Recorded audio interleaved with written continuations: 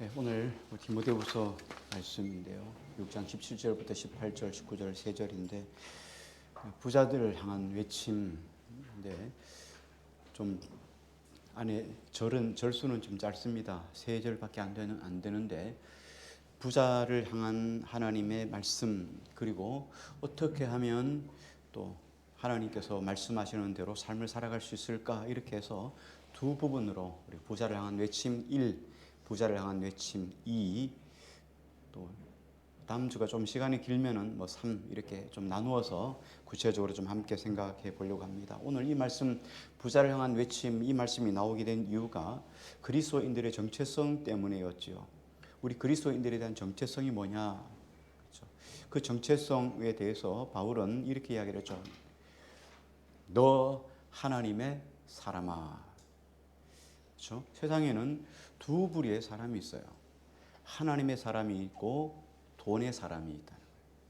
그 앞에 돈에 대한 폐악에 대해서 쭉 설명을 했잖아요. 그러면서 너는 누구냐? 하나님의 사람이다. 하나님의 사람이란 말은, 돈의 사람이란 말은 돈에 의해서 삶이 인도함 받고 돈을 추구하고 돈을 쫓아가고 돈에 의해서 삶의 모든 결정적인 문제들이 결론 내어지는 사람들을 돈의 사람이라고 하면, 하나님의 사람은 자기의 생각, 자기의 어떤 환경이 아니라 하나님에 의해서 삶이 결정되고 하나님이 인도하시는 삶을 살아가는 사람을 가지고 우리는 하나님의 사람이라고 이야기를 합니다. 그래서 우리가 하나님의 사람으로 살아가기 위해서는 오늘 부자를 향한 외침에 관한 문제를 이야기를 하면서, 그렇죠? 돈을 사랑한다는 것이 얼마나 치명적인 것인가 앞에 쭉 설명했잖아요. 그러면서 자, 어떻게 하면 에베소 교회가 이런 일에 빠지지 않을 수가, 오늘 그 이야기를 하는 거예요. 사람들이 돈의 사람으로 살아가는 삶에 관한 부분을 앞에 6절부터 쭉 설명을 했습니다. 그러면서 이제 부자가 된 사람, 이미 부자가 된 사람에 대해서 설명해 주는 것인데요. 17절 말씀을 다시 한 번 더 읽겠습니다. 17절 말씀입니다. 시작. 내가 이 세대에서 구하는 자들을 명하여 마음을 높이지 말고 정함이 없는 죄를 소망을 두지 말고 오직 우리에게 모든 것을 후히 주사 누리게 하시는 하나님께 두며. 9절부터 6장 9절부터 부자가 되려고 하는 사람들에 대한 경고를 이야기했잖아요. 부자가 되려면 하나님께 죄를 짓는 것이고, 그렇죠? 또 교만해지고 쭉 설명을 했어요. 그 이야기를 하다가 17절에 와서는 이렇게 하는 거예요. 부자가 된 사람, 이미 부자가 된 사람들에 대한 문제에 대해서, 그리고 이미 부자가 된 사람들은 어떻게 삶을 살아갈 것인가에 대한 도리에 대해서 17절, 18절, 19절 말씀해 주고 있습니다. 가장 먼저 부자가 가장 먼저 빠지게 되는 함정이 있습니다. 부자가 되면 빠지게 된 함정인데요. 오늘 본문 속에 보니까 17절에 내가 이 세대에서 부한 자들을 명하여, 이렇게 이야기를 합니다. 이 세대라는 말을 이야기를 했는데요. 여기 보면 헬라어의 엔토, 눈, 아이오, 이렇게 이야기를 합니다. 이 이야기는 뭔 이야기냐면 이 시대에서, 이 기간에서라는 말이에요. 그래서 내가 이 세대에서라는 말은 이 시대, 이 기간을 이야기하는 거예요. 다시 말하면 우리가 물질을 소유하고 살아가는 동안에만 이렇게 가능한 거죠. 여러분, 우리가 소유하고 있는 것들이 언제 활용될 수 있는 거죠? 살아있는 동안만 되는 거예요. 그래서 이 세대라는 말을 썼어요. 우리가 이걸 가지고 갈 수 없잖아요.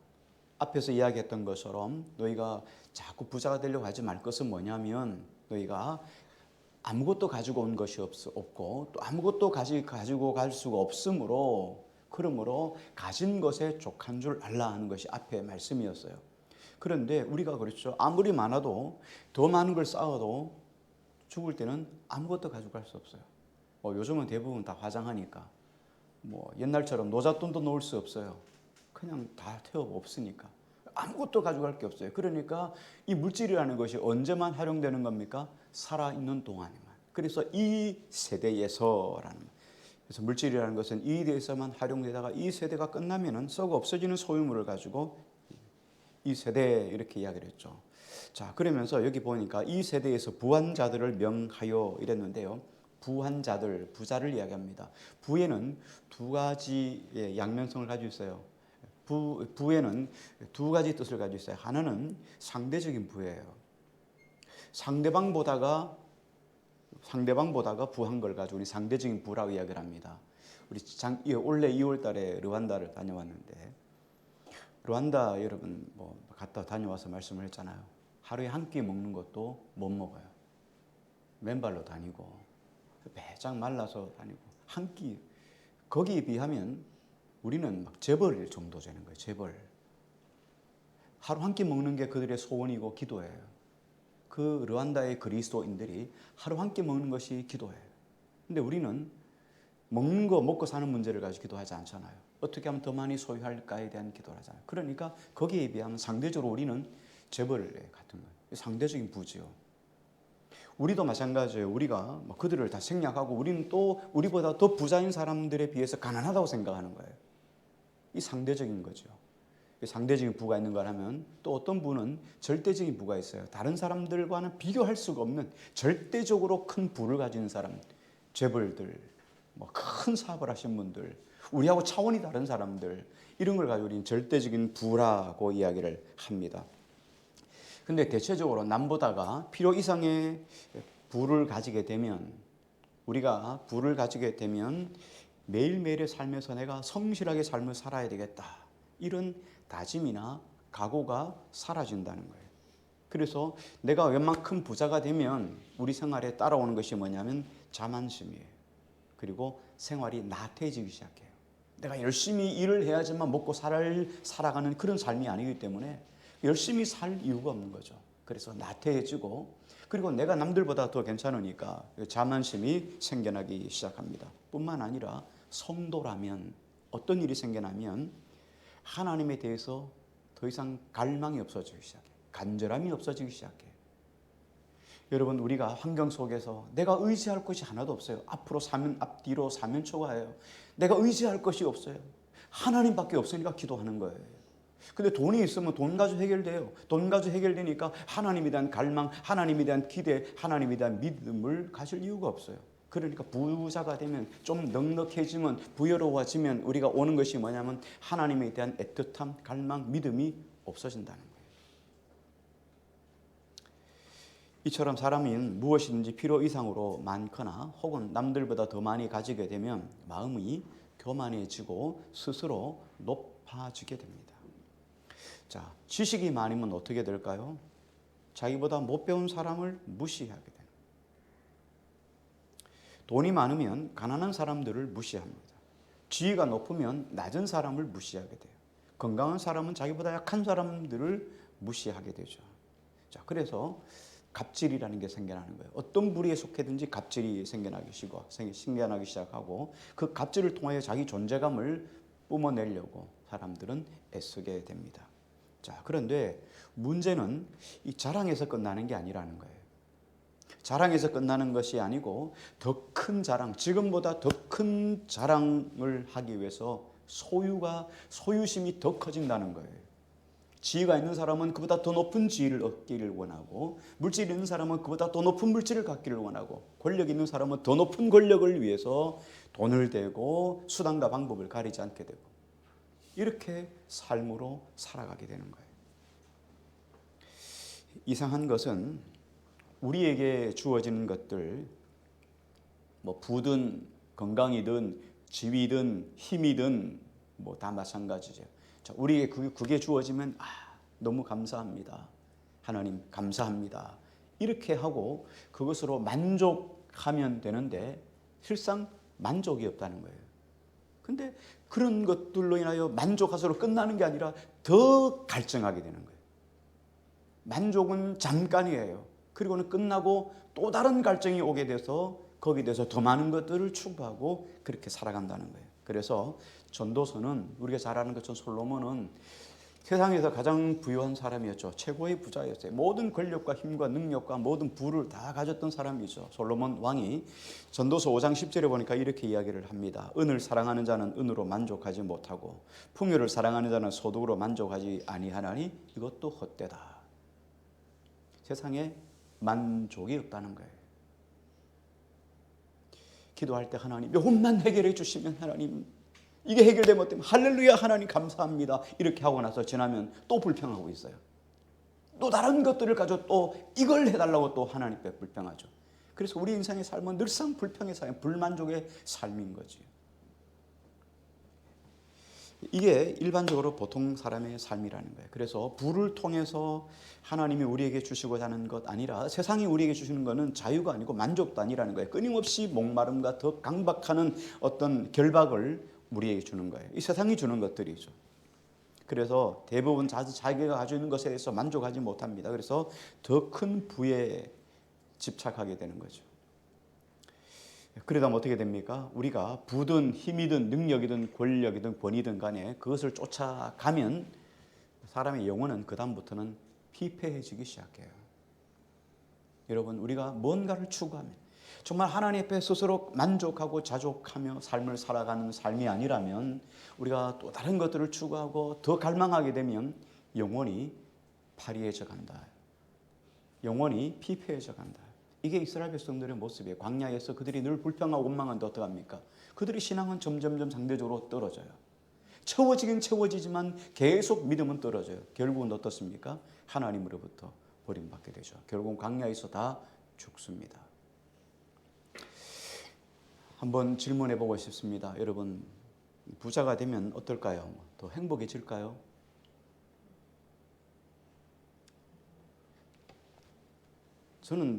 저는 평생의 부자이지만, 아버지와 아들 부자이지만 목사로서 부자 될 이는 없겠지만 여러분 어떻습니까? 부자가 되면 더 행복해질까요? 잘 모르겠지만 겪어보지 않아서 모르겠지만 성경은 그렇게 말씀을 합니다. 성경은 결단코 그렇지 않다라고 이야기를 합니다.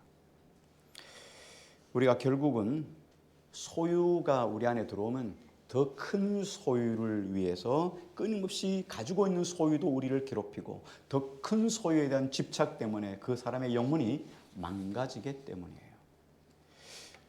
전도서 5장 12절에 보면 솔로몬이 이렇게 고백을 합니다. 노동자는 먹는 것이 많든지 적든지 잠을 달게 자거니와 부자는 그 부요함 때문에 자지 못하느니라. 가지고 있는 것들을 관리하기 위해서 거기에 온 신경을 써야 되고 온 에너지를 쓰는 거예요. 그래서 많이 가지고 있는 사람은 어쩌면 더 힘들고 피곤한 삶을 살아가는 거예요. 여러분 한번 생각해 보세요. 여러분이 땅 부자로 생각해 보세요. 땅이 엄청나게 많다고 생각해 보세요. 농사 안 지으면 세금 팍팍 나오잖아요. 그럼 여러분 어떻게 해요? 그 땅을 관리하기 위해서 여러분 하루 종일 여러분 일해야 돼요. 그렇지 않아요? 그렇지 않으면 쑥대밭이 되는 거예요. 풀밭이 되는 거예요. 많다고 다 좋은 것만은 아니다 하는 게 솔로몬의 이야기예요. 노동자는 많든지 적든지 잠을 달게 자는데 있는 자는 있는 것 가지고 부유함 때문에 오히려 잠을 자지 못하더라. 그래서 필요한 것이 채워지고 또 더 이상의 것이 채워지면 우리 인생에 큰 해를 가져오게 된다. 많을수록 힘든 일이 있다고 성경은 이야기를 합니다. 여러분 어떻습니까? 먹고 마시는 것들이 많아서 과식하게 되면 당연히 비만이 따라오겠죠. 필요 이상으로 지식이 많이 따라오면 지식을 많이 가지면 어떻습니까? 교만해지죠. 그래요. 교만해지는 거예요.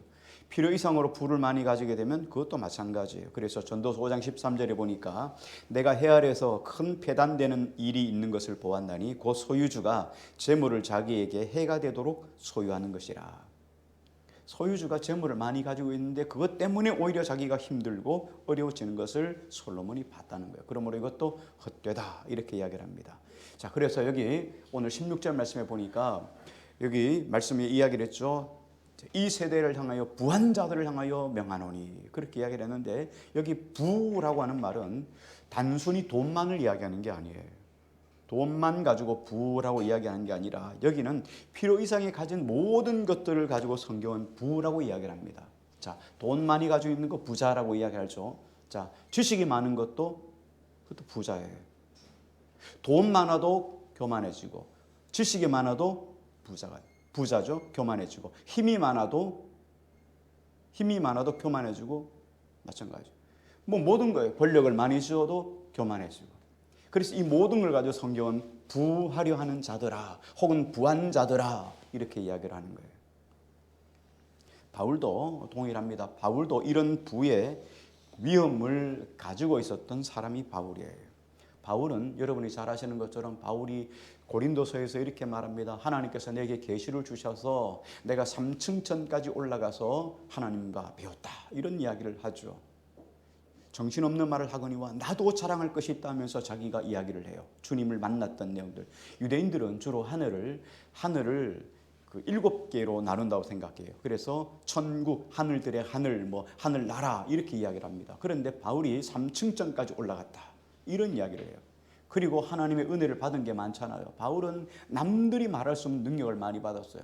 심지어는 바울이 가지고 있는 손수건을 가지고 누가 가져와가지고 병든 자에게 얹으면 그 손수건의 능력으로 인해서 병든 자가 치료되는 일어나는 역사가 일어났어요. 그러므로 바울이 가서 병든 자를 치료하고 귀신을 쫓아내고 예수님 사역처럼 그렇게 했던 사람이 바울이에요.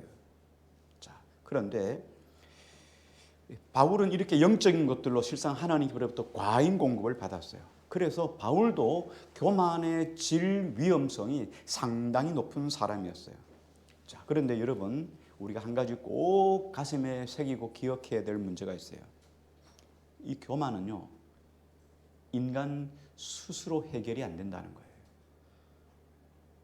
여러분 생각해 보세요. 교만에 온 사람이, 와, 내가 교만해지고 있구나. 근데 빨리 나와야지. 이렇게 하는 사람은 이 땅에 살아가다 보니까 한 사람도 없더라는 거예요. 지식이 있으면은 다 가다 보면은 지식의 교만함을 가지고 있더라는 거예요. 부자가 되니까 돈을 보니까 다 교만해지더라는 거예요. 힘을 가지니까 다 교만해지더라는 거예요. 저는 안 그랬는데 교만해지더라는 거예요. 능력을 가지니까 저는 안 그랬는데 능력을 가지니까 교만해지더라는 거예요. 그래서 내가 교만해지고 있구나. 내가 겸손해야지. 이런 사람이 없어요. 여러분 절대 없어요. 왜냐하면 우리가 죄성을 가지고 태어난 죄인이기 때문에요. 죄인은요 절대로 스스로 하는 법이 없어요. 그래서 스스로 깨닫고 스스로 돌이키는 일들은 절대로 없습니다. 그래서 하나님이 우리 인생 속에 이 교만한 마음들을 깨뜨리기 위해서 하나님 우리 인생에게 약함을 허락해 주시는 거예요. 아무리 기도해도 안 들어주는 부분이 있어요. 그것 때문에 내가 약해지는 거예요. 때로는 살아가다가 내 뜻대로 안 되는 것들, 내 계획대로 안 되는 것들, 혹은 내 앞에 있는 시련들, 내 앞에 하나님이 고난을 허용해 주실 때가 있다는 거예요. 고린도후서에 보면 바울이 이렇게 고백을 합니다. 여러 계시를 받은 것이 지극히 크므로 너무 자만하지 않게 하시려고 내 육체의 가시 곧 사탄의 사자를 주셨으니 이는 나를 쳐서 너무 자만하지 않게 하려 하심이라. 바울이 손수건도 갖다가 놓으면 병든 자가 치료되는 일이 있었어요. 있는 게 아니라 계속 그리고 있어요. 그리고 바울이 가는 곳마다 손 얹고 예수 이름으로 치료하면 병든 자가 일어난 일들이 있고, 영적으로는 3층전까지 계시를 받고 늘 하나님의 기도하면 이런 계시를 받는 바울인데, 바울 자신에게는 안질이라는 고통이 있었어요. 여러분, 안질이 얼마나 괴로운지 눈을 찌르는 듯한 고통이 있거든요. 왜냐하면 그럴 수 있을 것 같아요. 옛날에는 선글라스도 없고 유럽 같은 데는 햇빛이 강렬하잖아요. 근데 그 강렬한 그 햇빛 유럽의 거기를 바울이 복음을 전하기 위해서 늘상 걸어 다녔잖아요. 그러니까 늘상 눈이 우리하고 좀 달라요. 아시아 사람들은 눈동자가 새카마니까 우리 햇빛이 들어와서 딱 대체적으로 한 번씩 걸러서 들어오니까 덜한데, 외국 사람들은 이 눈동자가 갈색이거나 푸른색이나 이렇게 해서 햇빛을 직접 받으면 눈을 뜰 수가 없어요. 그래서 선글라스를 많이 끼죠. 문화의 차이인데 그분들은 낄 수밖에 없어요. 그런데 바울이 그렇게 복음을 늘상 걸어다니면서 전했으니까 바울에게 안질이 걸린 거예요. 직업병 같은 경우죠. 그런데 하나님 앞에 바울이 이 안질을 고치게 달라고 하나님 앞에 3번 기도했어요. 3번이란 말이 1번, 2번, 3번이란 의미도 있겠지만 완전한 거예요. 하나님께 계속 응답될 때까지 기도했다는 거예요. 그런데 하나님이 그에게 응답을 해주셨어요. 내 은혜가 내게 족하다다. 내가 이를 통해서 내가 약한 데서 강하여짐이라. 하나님이 나에게 이 안질을 주신 이유가 교만하고 좌우하지 않기 위해서 내가 육체의 가시를 주셨구나 하고는 바울이 그다음부터는 겸손했다는 거예요. 여러분, 얼마나 창피한 일이겠어요. 얼마나 거침이 되겠어요. 바울이 가는 곳마다 병든 자를 치료하는데 자기 병은 못 고쳐요. 사람들이 뭐라 하겠어요. 노병도 못 고치면서 누구 병을 고친다고 말하냐, 이렇게 말을 들을 수가 있단 말이에요. 근데 이것 때문에 바울이 어떻게 해요? 겸손해질 수가 있었다. 기독교의 태동 자체가 바로 겸손입니다. 그래서 기독교의 생명은 겸손입니다. 왜 그렇습니까? 하나님이 사람으로 오셨다. 이거는 최고의 겸손이에요. 여러분, 하나님이 사람으로 오셨다는 것, 이게 없으면 우리가 구원받을 길이 전혀 없거든요. 그래서 기독교는 태동 자체가 겸손이고 기독교의 생명이 겸손이에요. 하나님이 교만하면 버립니다. 쓰지 않아요. 하나님은 교만한 사람 절대 만나주지 않고 함께 하지 않아요. 신앙생활은 열심히 하는 것처럼 보이죠. 왜? 열심히 밖으로 드러난 것만 우리 보니까. 그러나 그 영혼은 메말라가요. 그 영혼은 주님 만나주지 않아요. 기도의 응답의 기쁨, 하나님 말씀에 깨닫는 기쁨, 은혜를 받는 기쁨, 내가 섬기는 기쁨, 이런 기쁨이 없는 삶, 평안이 없는 삶. 여러분, 신앙생활 열심히 한다니까요. 수고하고 봉사하고 충성하고 열심히 해요. 그런데 그 속에 만족과 기쁨이 없는 삶을 살아가는 거예요. 교만한 심령이 되면 그렇게 돼요. 시편 22편에 보면 겸손한 자는 먹고 배부를 것이요 여호와를 찾는 자는 그를 찬송하리로다. 바울이라는 사람과 이름이 좀 비슷한 사울이라고 하는 사람이 있었습니다. 사울 왕은 이스라엘 12지파 중에서 가장 작은 지파가 베냐민 지파인데, 하나님이 이 베냐민 지파의 사람 기스의 아들 하나님이 사울을 이스라엘의 초대 왕으로 하나님이 세우셨어요. 그때 사람들이 다 소집한 곳에 사울이라는 사람을 찾아요. 사무엘 선지자가 찾아도 사람이 없으니까 하나님 여기 왔습니까? 하고 기도했더니 하나님 왔다는 거예요. 어디 있습니까? 저 행구 사이에 숨어있다. 사람들이 집 놔두는 그런 수레 사이에다가 그 사이에 사울이 숨어가지고 있었어요. 그를 하나님이 불러가지고 기름을 부어서 이스라엘 초대 왕으로 세우셨거든요. 근데 이런 사울이 왕이 되고 나서 완전히 180도 가닥 바뀌어버립니다. 교만해가지고 완전히 교만하기 시작했어요. 그래서 하나님이 너무너무 교만하니까 하나님이 사무엘 선지자를 통해서 이렇게 말씀을 합니다. 사무엘상 15장 17절. 왕이 스스로 작게 여길 그때에 이스라엘 지파의 머리가 되지 아니하셨나이까. 조만 전쟁 나가가지고 전쟁 이겼다고 자기 공적비를 씁니다. 여기 사울이 전쟁에서 이겼다 말이죠. 이런 사람으로 전락해 버리고 맙니다. 성경에 보면 이런 왕들이 많아요. 역대하 26장에 보면 우시야 왕이 있었습니다. 우시야 왕은 참 겸손의 왕이었어요. 하나님의 강력한 왕이었어요. 우시야 왕이 대단한 사람이었어요. 하나님 앞에서 스가랴 선지자를 하나님이 세워주셔서 이 스가랴 선지자 옆에서 이 왕을 잘 지도했고, 왕은 이 스가랴 선지자의 말에 잘 순종해서 하나님 나라를 든든하게 세웠어요. 국방도 경제도 외교도 든든하게 세워서 이스라엘 넘볼 나라가 없을 만큼 되었어요. 그런데 이 스가랴가 죽고 납니다. 스가랴가 죽고 난 다음에 교만해지기 시작했어요. 하나님 말씀이 들려오지 않자 교만해지기 시작합니다. 역대하 26장 16절에 보니까 저가 강성하여 짐에 그 마음이 교만하여 악을 행하매 그 하나님께 범죄하되. 강성해 짐에 그 마음이 교만했다. 그 하나님께 범죄하되, 어떤 범죄냐면 여호와의 전에 들어가서 향단에 분향하려 한지라.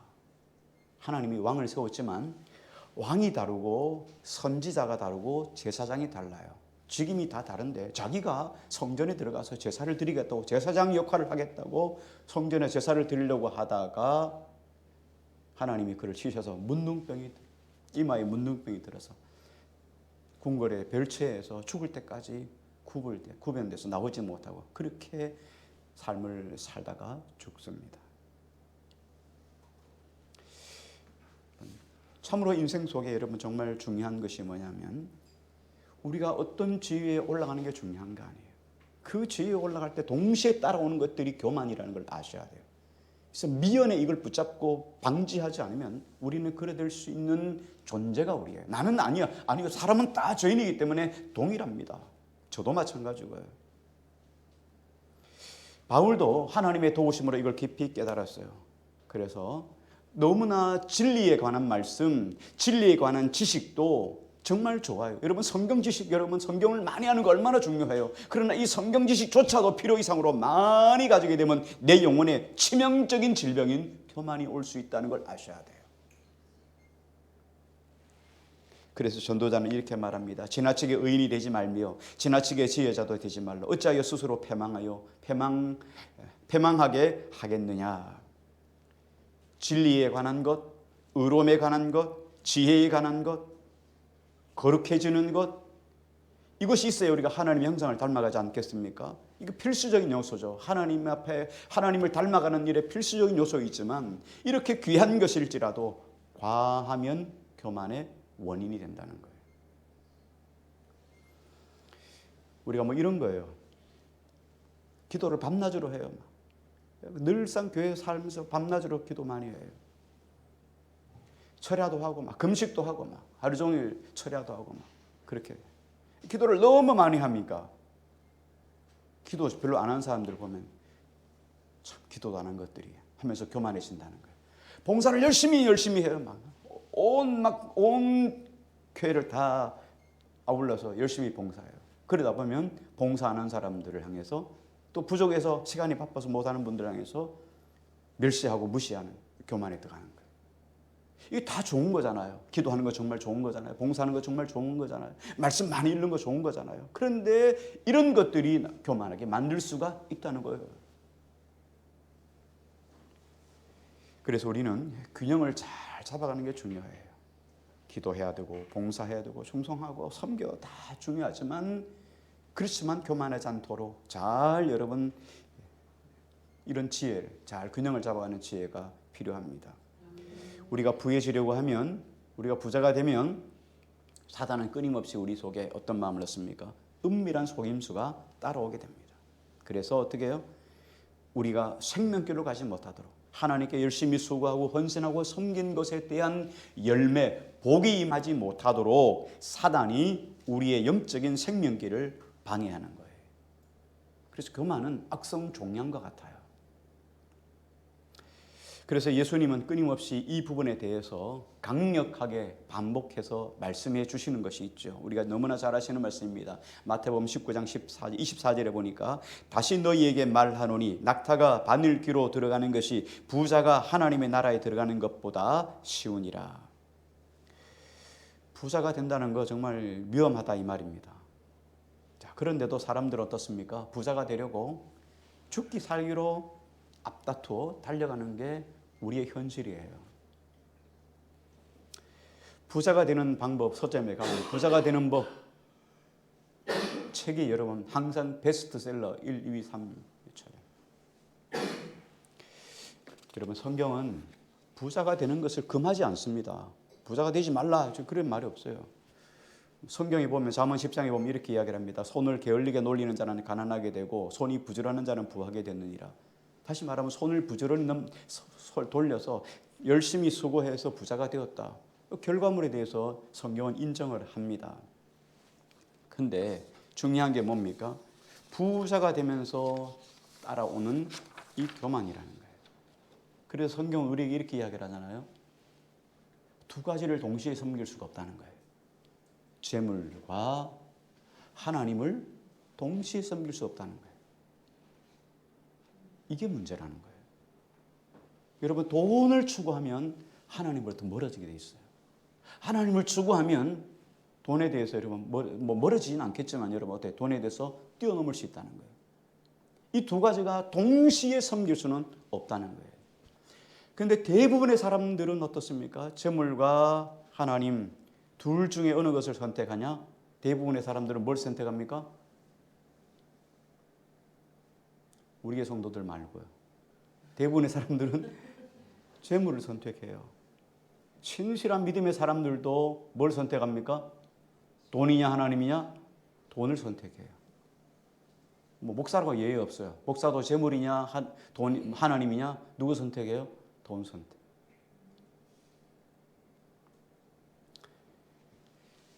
바울은 부자가 되는 것 자체를 말리지는 않습니다. 그런데 부자가 되면은 처신을 지혜롭게 하라는 거예요. 바울은 부 자체가 문제가 아니라 부와 따라오는 교만을 경계하는 거예요. 교만하지 말라는 거예요. 지식이 있느냐? 배웠느냐? 배운 사람들이 더 교만해질 수 있어요. 서울대 법대 나왔다. 얼마든지 교만해질 수 있어요. 더 많은 걸 배웠기 때문에. 우리 임혜정 원사님 아까 박사들 별거 아니에요. 자기 분야의 박사지 여러분 별것 아니에요. 교회 들어오면 여러분 다 세신자예요. 하나님 앞에서는 다 세신자라고요. 뭐 있어요? 그렇잖아요. 재벌 재벌 회장님이 오셔도 예수 믿으면 처음 세진자예요. 확신반부터 해야 되는 거예요. 그렇잖아요. 별거 있어요. 근데 우리는 아이고 회장님이거든요. 뭐 회장님 뭐 회장님이에요? 성도님이죠. 그러면 그분들한테 장로님 이렇게 부를 겁니까? 아니에요. 교회에서 그래 부르면 안 돼요. 그죠? 다 세신자부터 들어가는 거예요. 그러니까 그 분야예요. 근데 중요한 건 여러분 어때요? 그분들을 쓰는 게 어떤 사람이에요? 하나님의 사람이에요. 그러니까 여러분 참 바보짓 하지 말아야 돼요. 거기 부를 보고 지식을 보고 나도 그걸 따라가겠다고 여러분 그렇게 하면 여러분 절대 못 따라가요. 하나님의 사람이 되면 하나님이 그들을 사용할 수 있게 하는 거예요. 그들의 부를 사용할 수 있게 하는 거예요. 그들의 지식을 사용할 수 있게 하는 거예요. 그들의 힘을 사용할 수 있게 하는 거예요. 그게 위대한 사람이에요. 헨리 나우인이 쓴 상처 입은 치유자에 이런 내용이 담겨 있습니다. 어느 나라에 4명의 왕자가 있었습니다. 4명의 왕자가 어느 날 모여가지고 이런 이야기를 나누었습니다. 자, 우리 형제가 4명이니까 전 세계에 흩어져서 최첨단 과학 기술을 배우자. 우리나라가 부유해지도록 그렇게 하자. 그렇게 해서 각각 4명의 왕자들이 각각의 나라로 가가지고 첨단 기술을 배워왔어요. 자, 첫째 왕자는 이렇게 이야기를 합니다. 나는 한 조각의 생물의 뼈만 있으면 근육을 붙일 수 있는 기술을 배웠다. 이렇게 이야기합니다. 두 번째 왕자는 이렇게 말합니다. 뼈와 근육만 있으면 나는 피부와 털을 돋아나게 하는 그런 기술을 배웠다. 이렇게 얘기합니다. 셋째는 나는 뼈와 근육 그리고 털만 있으면 사자를 만들 수 있는 기술이 있다. 넷째는 이렇게 말합니다. 나는 사자가 있는 것에 생명을 불어넣는 기술을 배워왔다. 여러분 대단한 기술들이죠. 그래서 이 4사람이 어느 날 숲에 들어갔는데 숲에 뼈 조각 하나가 있습니다. 그래서 왕자가 4명의 왕자가 그 뼈에다가 한 왕자는 첫째는 근육을 붙이고 둘째는 피부와 털을 돋아나게 만들고 셋째는 그걸 사자로 만들었어요. 마지막 왕자가 거기다가 생명을 불어넣어줘서 사자가 됐어요. 근데 그 사자가 4 왕자를 잡아먹었어요. 헨리 나우엔이 이야기하는 게 뭡니까? 인간은 바벨탑을 쌓는다는 거예요. 자기가 쌓아놓은 바벨탑에 스스로 깔려 죽는다. 이게 교만한 인생의 결말이에요. 여러분 부를 쫓아가다가 부 때문에 자기가 망하는 거예요. 지식을 쫓아가다가 자고하다가 지식 때문에 자기가 하나님 앞에 떨어져야 하는 거예요. 힘을 쫓아가다가 힘 때문에 하나님부터 멀어지게 되는 거예요. 소련의 반체제 인사였던 솔제니치는 이렇게 이야기를 합니다. 교만은 돼지 비계와 같다. 그래서 인간의 마음속에 자란다. 여러분 돼지는 항상 비계가 있죠. 비계가 있어야 맛있죠. 그래 삼겹살이 되죠. 근데 비계는 당연하게 하는 것처럼 우리 인간의 교만은 또 우리 몸에서 스스로 자란다는 거예요. D.L. 무디 목사님은 이렇게 말합니다. 하나님은 교만에 찬 사람을 사용하지 않습니다. 나는 매일매일 나 자신을 죽이고 내 생활에 아무런 방해 없이 예수 그리스도에게 나아가기를 원합니다. 찬송가 534장에도 찬송가에 보면 이렇게 찬송을 하죠. 겸손한 자 찾도다 모시어 드리세. 하나님은 겸손한 자를 찾으십니다. 겸손한 자를 하나님이 찾고 계셔요. 자, 우리가 살아갈 동안에 내게 주신 그 어떤 것, 부든 지식이든 힘이든 권력이든 이것들이 내가 하나님으로 달려가는 도구로 쓰임 받아야 되는데 이런 것들이 오히려 내가 교만으로 달려가는 도구가 되지 않도록 하나님 앞에서 늘 내 자신을 쳐서 복종시키고 겸손으로 허리를 동이는 신실한 우리 모두가 되기를 주의 이름으로 축원합니다.